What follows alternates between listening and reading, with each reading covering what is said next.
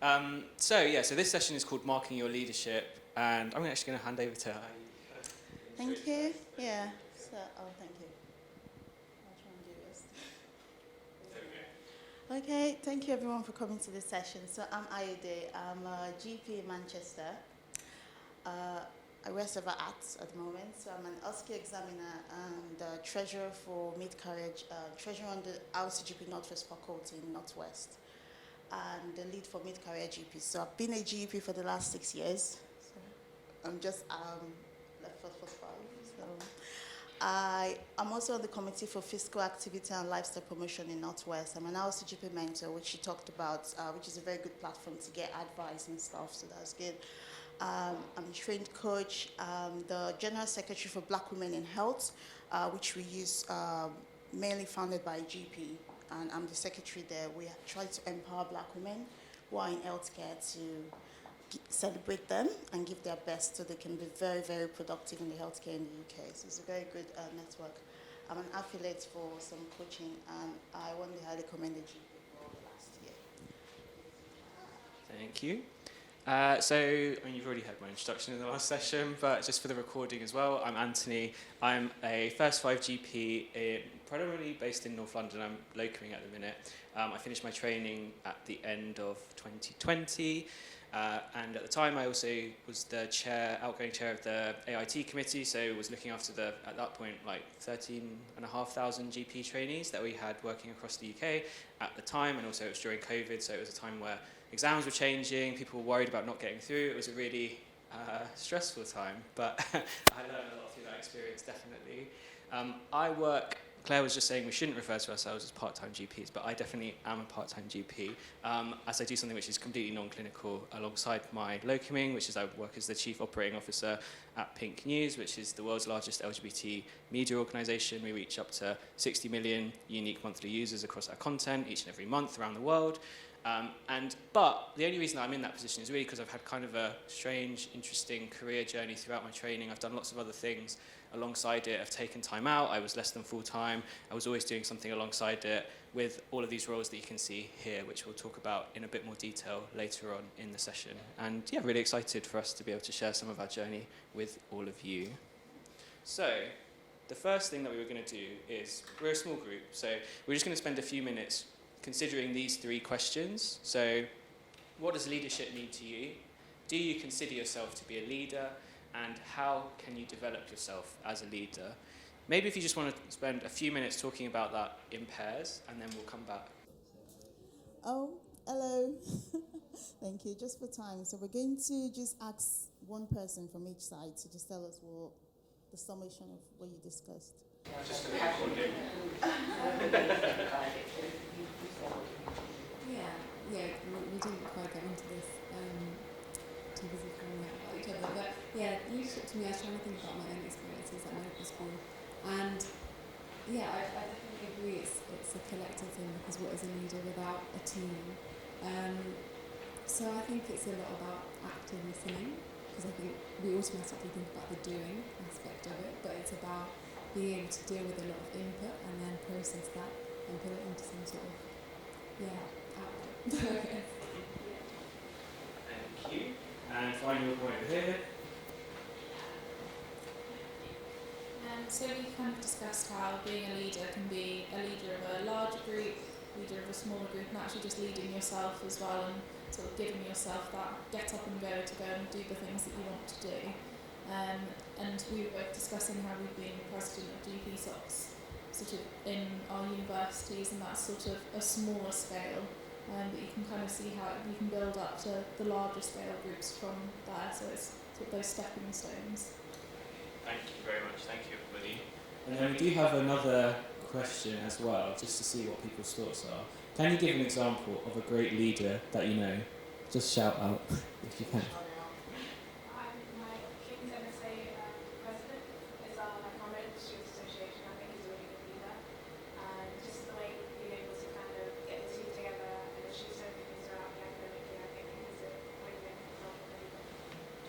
Thank you. Anybody else? There's a Instagram person called Evan Clarkson who started a movement called The How It Goes, and she gets people who want to do certain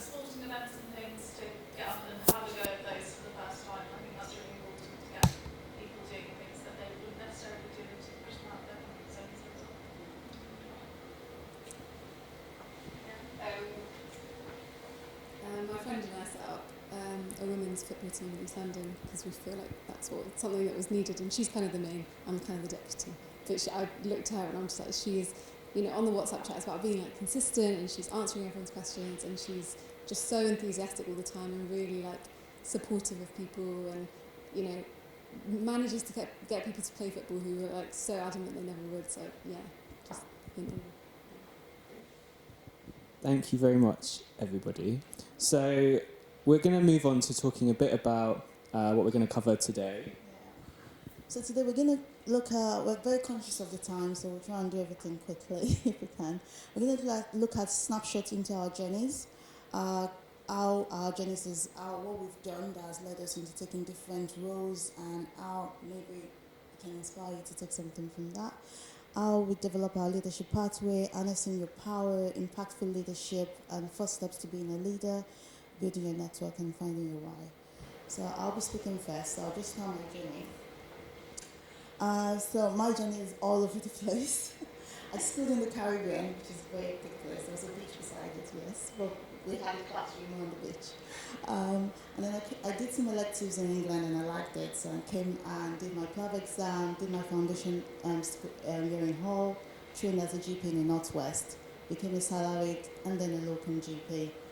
And I felt the need to do more, just like Margaret spoke about, the need to do more, to be more. And that led me to being part of Black Women in Health Network in the UK, because representation matters and positioning matters, and being able to be representative of other people and members in the college and the NHS as a whole. And then that led me to being the treasurer for the RCGP Northwest faculty, and I felt, okay, I could do more. I took on a lot more voluntary roles within the college. I was in a task group for BAME and other stuff, and that was when, around that time, I was kind of like deciding my clear vision and goals, what I wanted to be, what I wanted to really do, so that I could channel everything rather than just being all over the place. Like I said, you would do so many things where you can't change the world, so you have to focus on one thing. And that led me to, I felt I found my purpose, or purpose is in service in what I was doing as a voluntary role. And I started as just being I'm a trained life coach, an outreach mentor, and I'm a portfolio GP. Now, portfolio GP for me doesn't mean I'm not like a full-time GP. I'm a GP, but obviously doing all the stuff as a role. And I speak at events, and it's still a continuous process, because your journey is not just like go and that's the destination. It's a continuous process of professional and personal development, and it carries on. And I read that the rest is still waiting, because it's always the next thing, like Claire said, what's the next? What are you going to do next? And it has to be in line with everything I do next has to be in line with my vision and my goals, not somebody else, not what every other person is doing, but what I want to do. And that's what I'll be talking about today. So, in terms of developing the leadership pathway, it always starts, for any successful journey in life, most things always start with discovering who you really are. Because sometimes it might take you a long time to discover that who am I really? What do I like? Who am I? And after that, you can then get that resources and strength within you developed. And you can then look at your vision and go if it's in line with your values, who you really are. And then that can lead you to becoming a great person, a great leader. I'm very happy that everyone mentioned what they were doing, because I think we're just leaders here. And I like to be in a room of leaders, because no one is different. We're all leaders, and we're all standing on a platform. So it's a good thing. So discovering who you are is a question I always encourage people to ask themselves, like, who are you? What do you like? What don't you like? What are your values? What are your convictions? And do you declare that brilliantly? Are you able to say, no, that's not me. No, I don't want to do that. Well, everyone is doing this. Are you going to do it? No, I don't really want to do that. Are you able to say that? Because that's what makes you a great leader, because you know what you are, what you're all about. When people want to describe you, they say, oh, this is her. This is Ayede. No, this is what she speaks about. No, she won't speak about that. That's not her. So you need to be able to know who you are, be able to declare it with confidence about who you are. And after you know who you are, you embrace who you are, obviously. Because when you embrace who you are, you know that you're enough. You're enough to be anything. You're enough to go anywhere. And you can then sit down and look at, what's my vision? What's my creative visualization of my life? Where do I want to be in 5 years? What are my goals? What do I want? What's my 3-year goal, my 5-year goal, and 10-year goal? It's always good to set smart goals, because that way you're not just going aimlessly. It's just like the story of the Alice and Cheshire Cats. The Cheshire Cat was asking Alice in Wonderland that, so where are you going to go? She's like, anywhere. She's like, then it doesn't matter where we're going, right? She watched it. So if you have a go on a destination sometimes, it's not about the destination sometimes, it's about the journey, because that's where you get your resources. But you need to still know where you're going. Just like someone going to get diamonds in a field and people say, oh, there's silver there, and you go there. And then there's no really silver. Well, it's taking you 5 years to get to the diamonds you're going to take 1 week to get to. So you just have your goals. When you have your vision and goal, that's when you develop your why, which Anthony will be talking more about. Because you know your why, your transformative purpose. Why am I doing this? What do I want to achieve? What do I want to bring? And you have an idea of what success is for you, and that makes you a great leader. Like, this is what I want to do. This is what I should be doing. So harnessing your great power. To harness your great power, obviously, is discovering who you are, embracing who you are. Then you can then develop that person within you to be the best you can be. And you know you're enough. Be curious, obviously. Be audacious. If you're curious that I want to be more, I want to do more, I want to get more stuff, then you have to be bold about it. Be audacious. The worst thing anyone can tell you anytime you send an email or you ask a question is no. And no is just for one person. No is not from the collective or the whole world. It's just one person that says no. No means no from you. I can move on and get a yes somewhere else. And that's the attitude everyone should have as a leader or as a person. Be ready. If you want to take on more leadership roles, or you want to be a great leader, you have to be ready. Sometimes you don't have to be 100% ready, but you have to be ready to start. Ready to say yes. Say yes. If they ask you, don't say, I can't do it. Just be positive and say yes. Obviously, there are things that may not be in line with your vision or plan. Be like, okay, that's not me. For things that are you, just be ready to say yes. Be committed to self-development. It's very important, and I'll talk about that in my next slide. And mindsets. You have to be flexible in the way you think, the way you execute stuff. Having a flexible mindset in that it's not like, this is who I am, I know who I am, I can't change.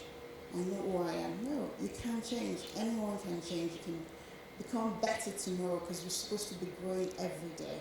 You can do great things tomorrow. You don't even know your abilities yet until you start doing something you know you can do. So you can do anything. Listen to intuition. So sometimes you feel like, I can do it, I should do it. Or don't do that. Listen to that too. And listen to dissatisfaction. I think that's the most stuff I want to take from this. Because sometimes you have that dissatisfaction for many weeks, many years that you're not listening to. That wants you to do more. That wants you to maybe not do so much. Maybe the job you're doing when you become GPs or become GPs, and you decide that I don't want to work in this practice or I want to do something different. Just listen to that dissatisfaction and actually going for it rather than wasting and waiting for a long time. And one of the things that stops people from being great leaders or people is fear. And fear is just a made-up story of something that hasn't even happened yet. Oh, don't take up that leadership role. If you take it, you're going to have to stand and speak in front of different people. You're going to have to do this, do that. You can't do it. Say no, no. It's just a made-up story. So what do? You make up a good story. I'm going to take up that leadership role. I'm going to stand in front of people, and I'm going to discuss, and I'm going to have so much fun. And when you deal with fear, you're able to take in praise. When people tell you, oh, that was a good talk, you're not be like, I was so nervous. You're like, yeah, I enjoyed delivering it. So that's how you deal with fear. And sometimes fear is just there. Just go ahead, hold fear here and hold courage in one hand and just go ahead. So it's a made-up story, so always make a good story whenever you feel scared of anything. Self-development is a necessity. You can't pour out of an empty jug.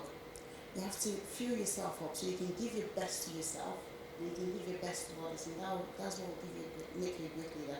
There's no one that is says like, I'm now a leader, I'm now the best of myself. No, you're going to keep developing every day. And things are going to be different. What you were today, how you taught today. And like Claire said earlier, as she's older, sometimes you become more vulnerable, and it can happen. So you have to keep developing yourself. Because if you're not growing, you're dying. So you have to be committed. Is there any area in your life you want to be better at? Like, do you feel you need more confidence? Do you think you need to be a better speaker in public? Do you think you need to do something? You just go ahead and, if it's classes you want to attend, get a coach, anyone that can help you, have a mentor, just go ahead and do it, but just be getting better than you were the day before. So, becoming an impactful leader is, no one is people are not like say you're born, you're a leader, or you're gonna lead. You get leadership roles. And looking back, I can't really think of when I started becoming a leader because I realized later that I'd been doing leadership roles in medical school and stuff, but it was always with maybe a little bit of fear. I didn't think I was a leader then. But in many leadership roles or things that are going to be trusted or asked, you're going to be asked to do it. It's just do it. Just start. Simplicity is the best. Just start small. Be your own parent. Before you were 18, you used to get your parents to tell you that go to school, read your books, do everything. Now you have to be your own parent. And you get up and go and do it. Yeah, go and prepare for that presentation. Apply for that stuff. You have to be your own parent. Tell yourself what to do. And you have to increase your network. Your network is your net worth. You're the average of the 7 people you spend the most time with, and iron sharpens iron. So you need to be with the right people that would kind of elevate you and make you better. Don't be with people that talk. I tell GPs, junior GPs, I don't be with people that bash the profession, or I don't want to be a GP. Be with people that uplift the profession, because I love being a GP. I don't want anyone to say any bad things about being a GP. I'm not going to be around you if you're going to be talking anything bad about GP. So be with the right people. Take quantum steps. These are tiny steps, the smallest steps you can take. I had a patient that was trying to advise to exercise and said, oh, I'm going to do 10 burpees in 1 minute every day. I was like, just 1 minute. And that was how he started. And then he went up to 30 minutes after 6 months. So, and now he's a runner. He's part of the organizer for the park run.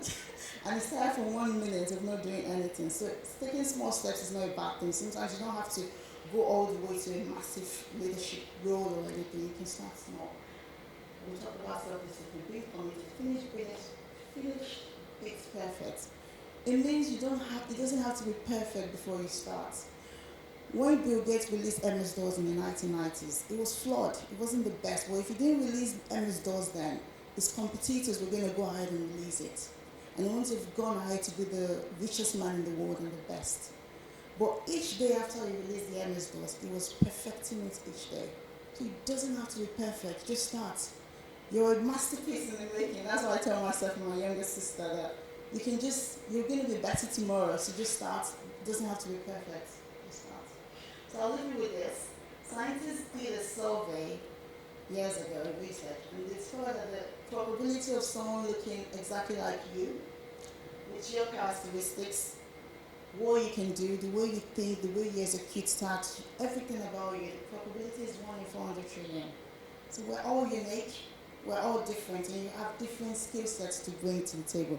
I like what Les Brown said. So the richest place in the world is the graveyard, because people go there with talents that are undiscovered. So make sure you become an impactful leader after today. Bring the skill sets to the table. The way you think, what you want to bring will be different from what someone else brings. So don't think that you're small. You have a space to occupy. You can occupy it brilliantly and bring something different. And we'll find our purpose in service. You can start doing anything you do, and you'll find all your purposes in service.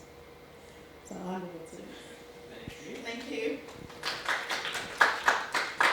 So I'm going to come over here so I can see the screen a bit better, I think. But thanks, Ayede. So I'm going to talk a bit about my journey as well. So I think a lot of what Ayede's just said is true for everybody, and these little river at the top and the waterfall and the little location marker are all about the fact that increasingly when you speak to people who you consider to be leaders, they haven't had kind of a destination in mind, and their career journey has had ebbs and flows like any river would, and has taken lots of meandering turns, has had the occasional fall off the edge of a waterfall where something bad's happened and they've had to recover from it. But the whole point is that you don't have to have a kind of destination set. Very much a career is all about enjoying the journey. And my journey, I went to medical school at Bath and London, and I would say a lot of my personal journey has been defined by, especially my early days, was defined by the fact that I was trying to find out who I was and become comfortable with who I was. I'm a gay man, and at the time when I went to university, I was still out to very few people. I was still coming to terms with that identity, and I think for lots of people, a need to have a true sense of one's identity and a true pride in your identity is a really important part of being an effective leader throughout the rest of your career as well. If you don't have that, if you don't have those foundations, then it's really, I think, difficult to have the courage that you need to go on and become a leader. So I really struggled with that when I was at medical school in the early couple of years. I ended up taking some time out of medical school and actually went away, did like a gap year, was in a privileged position to be able to do that, and actually did teaching for nearly 18 months in Ecuador, during which time I definitely learned a lot more about me. I learned a lot more about having pride in my identity, and so when I actually came back to medical school, I was much more prepared for what I wanted to do, was much more confident and comfortable and able to really start thinking about the next steps in my career. I then went on to do my foundation training in North Central London and knew pretty early on that I definitely wanted to go into general practice. I had some really great placements. Actually, my F2 placement though I had a really amazing GP placement at the end of medical school in my final year, where we were there for about 6 weeks. It was a huge practice in East London. It had a lot of really young GPs, a lot of really amazing enhanced services, and it was really serving the community, and it really showed me what being a GP is to me anyway, all about. And so that really convinced me that this would definitely be the right thing for me. It was the only specialty I'd ever been in where I felt, oh, actually this feels like it could be a potential home. I actually then, my F2 GP placement was not quite the same. It was not as a positive experience, but I still really, the thing that I took away from it was the one-to-one interactions that you have with patients and the timeline that you have to continue to interact with people and build relationships, which was not something that I'd experienced really at any other point during my foundation training. So I went straight from F2 into my GP training, at which point I found myself again posed with many more opportunities than I'd necessarily been anticipating at an early stage of my career. We had I think in our the first year was really just like getting to grips with GP training, but in my second year I really distinctly remember someone who had finished GP training on our scheme coming back to talk about kind of life after VTS and what would the next steps be. And they'd just done this fellowship, which they'd finished, and it sounded fantastic. It's called the National Medical Directors Clinical Leadership Fellowship. It's run by FMLM, which is the Faculty of Medical Leadership and Management. And I thought, wow, that sounds really exciting, something that I'd love to be able to do. So I applied for it, was really lucky to get a place, ended up working at NHS Digital as part of that placement, and then got to be involved in some national projects around IT infrastructure, as well as getting to do lots of work in something that I was obviously really passionate about, which was LGBTQ plus health inequalities. That involved working at NHS England. I'd also become a rep for my VTS, my local area for the RCGP, and they were just in the process of kind of exploring what more they should be doing to address health inequalities. So me and a bunch of other LGBT GPs got together to form a LGBT steering group at the college, which has gone on to actually lead to a much bigger piece of EDI work, which with lots of other kind of steering groups as well, which has been really, really important.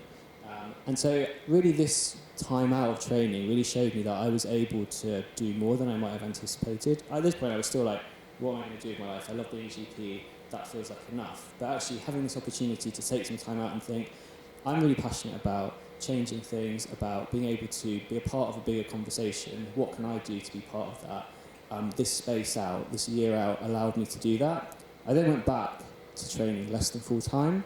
I was doing like 50%, so I was doing some work still at NHS Digital and NHS England, but then got also elected to the RCGP, to be the chair of the RCGP's AIT committee for that year. As I said earlier, this was during COVID. When I started in November 2019, and obviously a few months later, COVID began. Actually, like 2 years ago was one of the last times that I was in this building on that stage at the last Discover GP conference that they could do face to face. And so I was elected to be the chair during a really difficult time, and it definitely taught me a lot of things about how to bring people with you, about how to motivate people, and about how to work in like bigger organisations, understand like the politics of bigger organisations. My role ended up involving doing lots of negotiating with the Department of Health, NHS England, Health Education England, around like the introduction of new GP assessments. And it was, a really, really interesting but challenging time. But I was incredibly well supported by Martin, who's the chair here, and the rest of the senior leadership team to be able to be as effective and impactful as possible. So my term at the college came to an end at pretty much the same time that I finished my GP training, and also at the time that my contract at NHS England and NHS Digital had come up, was coming to an end. And so I was thinking, what next? I'm finishing my training, what do I really want to do? In the background to all of this, my husband runs Pink News, which, as I said earlier, is a media company. He's been running it for 17 years. I've been very much on the sidelines throughout the last decade that we've been together. And I'd done loads of bits of work with them and with the team. I'd been really interested about whether we could work together, but I was equally also doing all these other things which I was super passionate about. My husband has multiple sclerosis and had been totally fine for nearly a decade, when then he had quite a few relapses in short success in quite a short period of time. And so then it made us both reflect on, what do we want to do? How can we support one another? And how can we be there for one another? If you think being a leader in like the world of healthcare is lonely and isolating, definitely being a sole founder of like a big business can also be incredibly isolating and lonely. And so we decided that actually we would give it a go of both being husbands as well as business partners.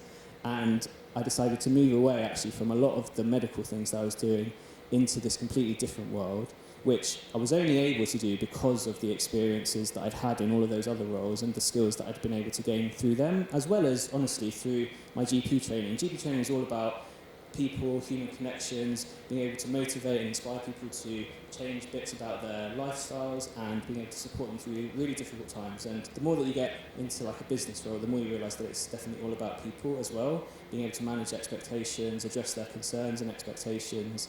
And so I had to do a lot of other like learning and training. I've just finished my MBA a few months ago, but it's been a really, really positive decision. I definitely think that it's great to be able to work with somebody. As people said earlier, one of the key things I think about leadership is that you need to surround yourself with the right people. No leader is really doing anything on their own. It all relies on other people being there with you to be able to work on things. And to me, you need two distinct categories of people. One is having a kind of group of allies. Those are people who can support you on your day-to-day work, who can be there to help coach you. But you also definitely need like a rock and someone who you can just turn to and vent to and have that emotional burden shared with somebody is really important. I wouldn't necessarily advise working with the person that is also your rock, because then they become like this weird mishmash of an ally and a rock. But anyway, it's working out so far. So that's where I am, and again, some of the personal things that come up in all of our lives really do influence our career changes, whether that's starting a family, a loved one being unwell, or a myriad of other factors that can really impact on the career that you think you can have and the directions that you might take during your career. So I'm in the kind of weird position of still trying to balance locuming and not wanting to give up general practice. It's something that I still feel incredibly passionate about and think has always made me better. Seeing patients, interacting with them, being able to support them has always made me better in every other role that I've done, because I think the core skill set that you need to be a good GP is such an important one. So for me, as we've said earlier, finding kind of boundaries and balance is something that we all struggle with in these roles, but something that I am now starting to learn to do in a career that looks very different now to what I would have anticipated even 2 years ago. So my kind of key takeaways are that few leaders plan to be one, and this is something that Ayede said earlier on as well. When I was a baby, definitely, as I was growing up, would have literally no understanding or idea of where I'd end up now. And as I said, like even a few years ago, I would definitely not have anticipated getting to do all of the amazing things that I have actually been able to do in what's been still a relatively short career just so far.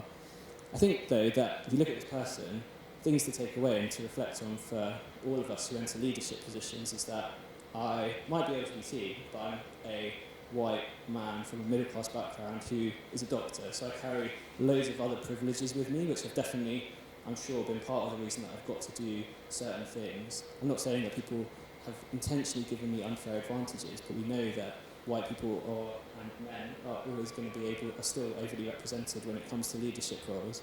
And so increasingly something that I think it's important for all of us to do is think about when is the right time for us to be a leader, and when is actually a leader, as something that you said earlier as well, when is it about listening and being able to use whatever small or large amount of power that you might have to be able to give the platform to other people whose opinions are much more needed to be heard and much more needed to be represented at every level of leadership. So don't worry about what you think at the minute, where you want to go. The journey is most important, and everybody genuinely has the opportunity to lead. Next, as I said before, finding your people is super important. These are just a few of the groups of people that I've been most supported by in recent years. We've got people from the RCGP. This is like the cohort of people that I did my fellowship with. So like for a period of time was running TEDx NHS, so we have like the TEDx license for running TED events across the NHS. That was like an event that we did at the O2 Arena, in like the Indigo bit of the O2 Arena. We had like 1,500 people from across health and social care come to some of our events, which was always intimidating but amazing. This is a group that we did, you might not know this, but the RCGP was the first ever medical Royal College to attend a Pride March when we attended London Pride back in 2019, or maybe it was 2018, like the last few years it's disappeared. But that was an incredible journey to be able to get the RCGP to do that, flying the Pride flag from the top of the building, and then seeing how that's gone on to be able to inspire the college to really make some serious shifts when it comes to thinking about equality, diversity and inclusion.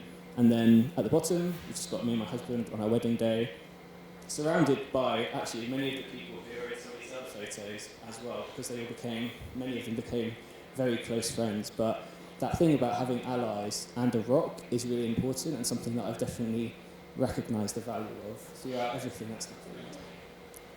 And finally, as has already been referenced as well, coming back to why, like having a purpose and vision and values that you hold dear is really important about being able to direct your career. So even if you don't know exactly what you're aiming for, if you know there are things which make you who you are and that you're super passionate about, making decisions based on those is never going to take you in the wrong direction. And so it's really important to learn what those are. Like when we do job interviews, I'm doing 17 job interviews next week, and in all of them we will be asking people, what are the 3 values that most define you? Because it's something that is important to really start thinking about, and something that is really important for us when we're considering who's going to join us on like the journey that we're on at Pink News and in other places as well. It's really, these are kind of defining things that you need to think about. So always come back to your purpose and your why, and that will be the real thing that steers you and allows you to make the best decisions when it comes to your future career as well. So, where are we at in terms of time? Yeah, we've got 2 minutes. We have 2 minutes. That's like an overview from both of us of like our specific journeys, and obviously they're like very. I think the key thing here is that they are very different journeys, but we've each been able to have real impact, and following our values and passions has been able to help us steer ourselves in our careers. So thank you very much for listening. I believe we have the next session now. Well, 2 minutes. So we do have time for any quick questions or thoughts or reflections based on what we said. If anyone wants to share those now. Yes. Thanks both for sharing your journeys. I think that's always one of the most useful things as a student at our stage to see. I was just wondering if you wouldn't mind expanding a bit on this, because I think it's something that I think about where where you're placed for a GP placement, whether that's like in your foundation training and your GP training, can vary so much, and you can have such a different experience, because you said at med school it's really positive and then at F2 not so much.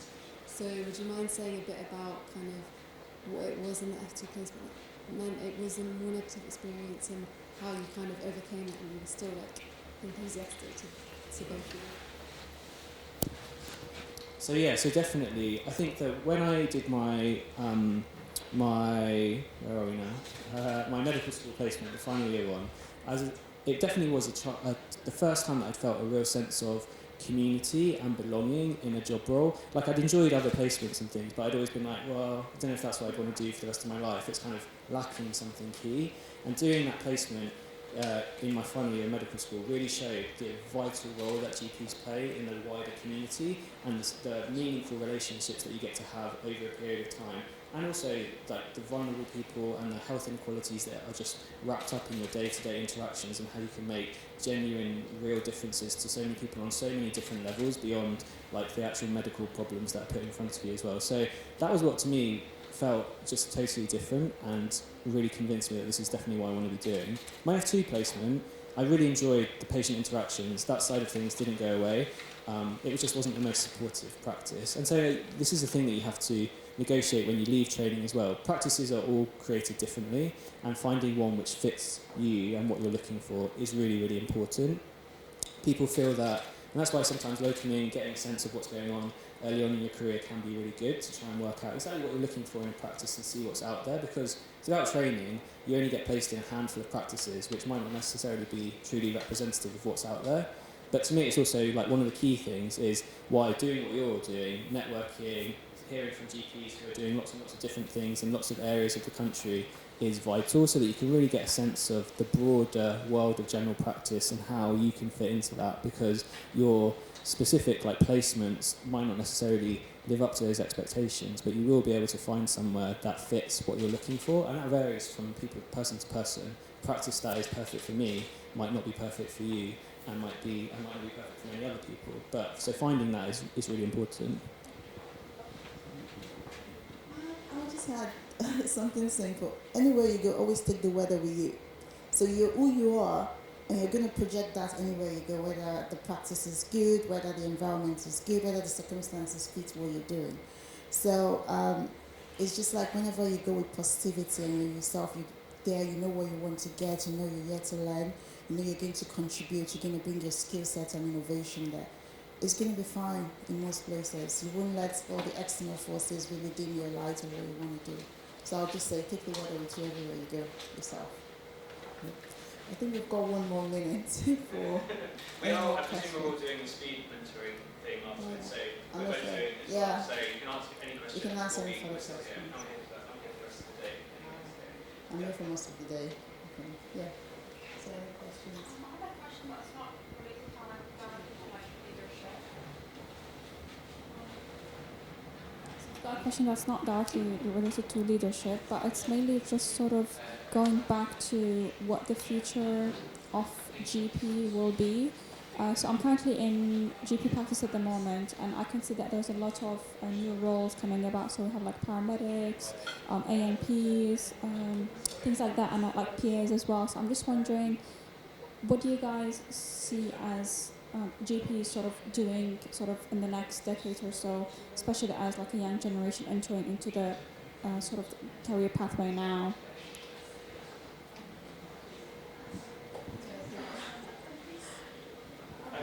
There are several changes occurring in GP right now, and some of them might look different, but we don't know yet many of the changes. The integrated system, like Claire said, is most. I'm erring on that side that it's going to make GP work better.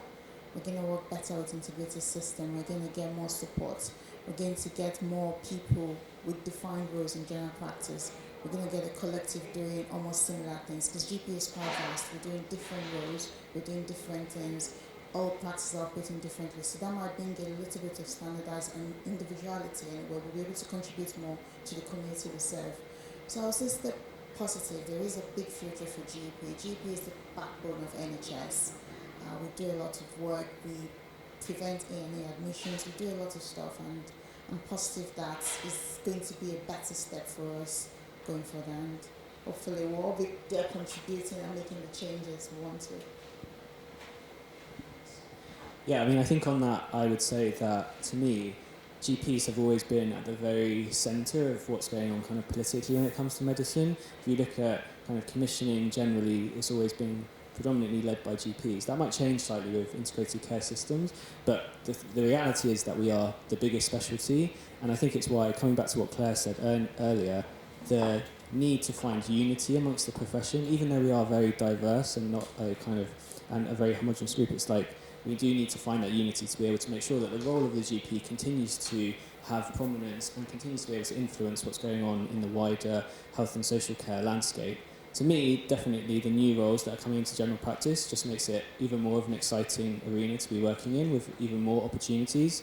And the reality is it just adds further flexibility and opportunities to what your career might look like. So if you want to, be seeing patients in the clinic each and every day, that's totally fine. You can still do that, but you'd also have opportunities for training, further training, mentoring, being part of leading a wider team. And to me, that's something that's really exciting, and being able to kind of play to different types of practitioners' strengths is something which is super important and which will help to sustain and improve the impact and positive kind of influence that GPs can have and primary care can have in the future. Like, one question that always comes up a lot is whether like the RCGP should be the Royal College of General Practitioners or the Royal College of Primary Care. And as our team continues to get bigger and the primary care workforce becomes more diverse, the need to be bringing different specialties together, not just unity amongst GPs, is to me something which is a really interesting and important thing for us all to be considering. So if Claire's still around later, or Margaret, you should put that question to them about what they think. General practice versus primary care.